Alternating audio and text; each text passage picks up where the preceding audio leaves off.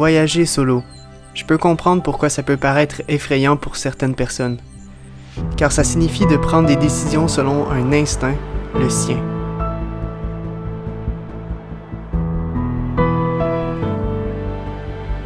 Et c'est d'en vivre les conséquences seul. C'est aussi de devoir développer toutes les compétences afin de devenir autonome dans toutes les facettes du voyage. Par contre, il y a l'avantage de voyager à son rythme. Une fois sur les routes, il ne reste plus qu'à découvrir le monde. Découvrir de nouvelles odeurs, de nouvelles textures, tout ça accompagné d'une fierté d'avoir accompli une nouvelle étape par la force de ses jambes, mais aussi de sa propre et unique motivation.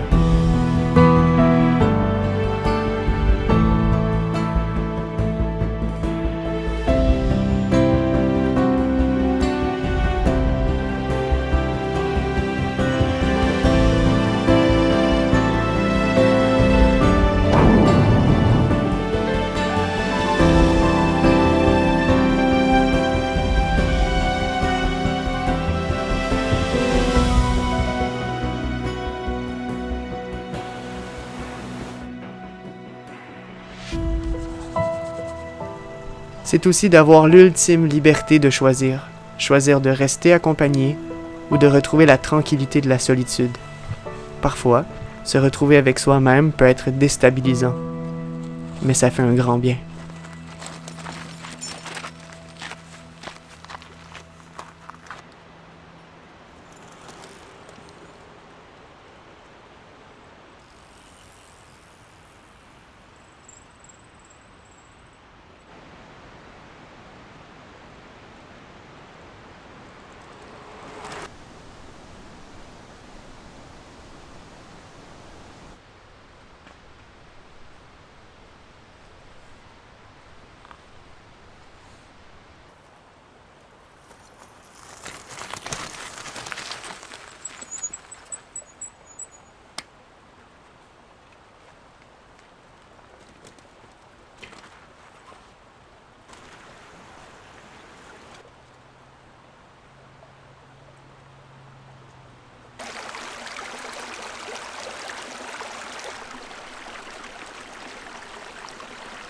Mon expérience de voyage solo remonte en 2017. J'ai décidé de pédaler la Cabot Trail au nord de l'île de la Nouvelle-Écosse, au Canada.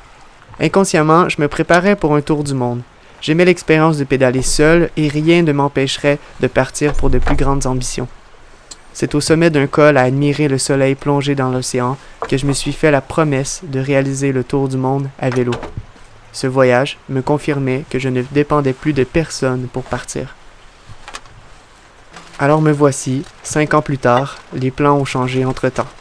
Par contre, aujourd'hui, dans les montagnes du Kazakhstan, je suis parti seul et ça me remémore la sensation du voyage solo. Une fois que la solitude devient une zone de tranquillité et de bien-être, on est heureux de la retrouver.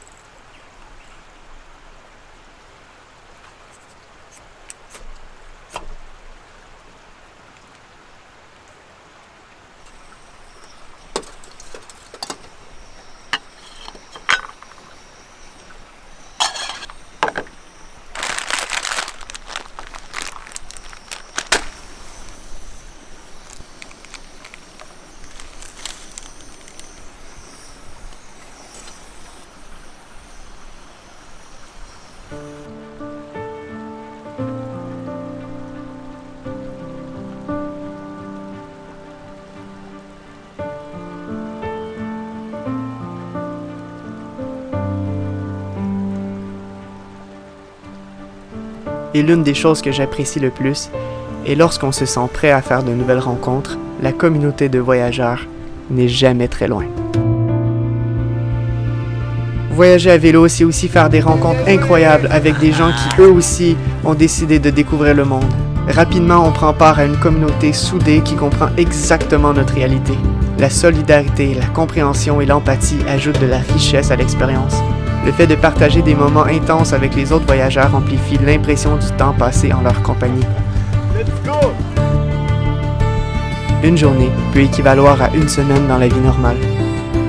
Nous vivons l'instant présent et cela devient de purs moments de partage et d'apprentissage.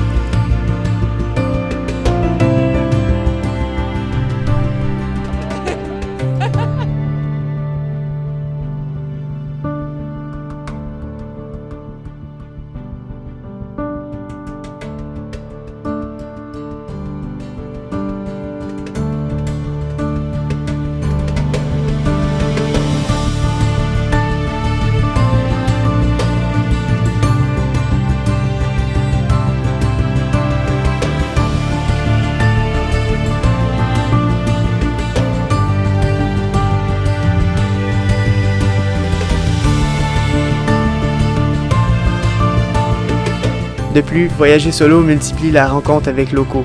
Notre vulnérabilité et notre courage d'être seul éveillent la curiosité des gens qui n'hésitent pas à nous ouvrir leurs portes.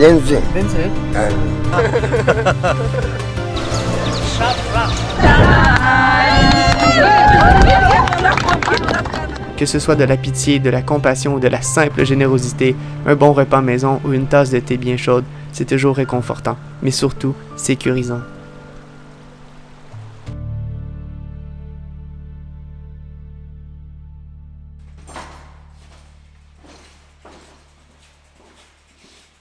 Enfin, voyager à vélo, solo ou accompagné, pour la première fois, ça peut faire peur, car c'est l'inconnu.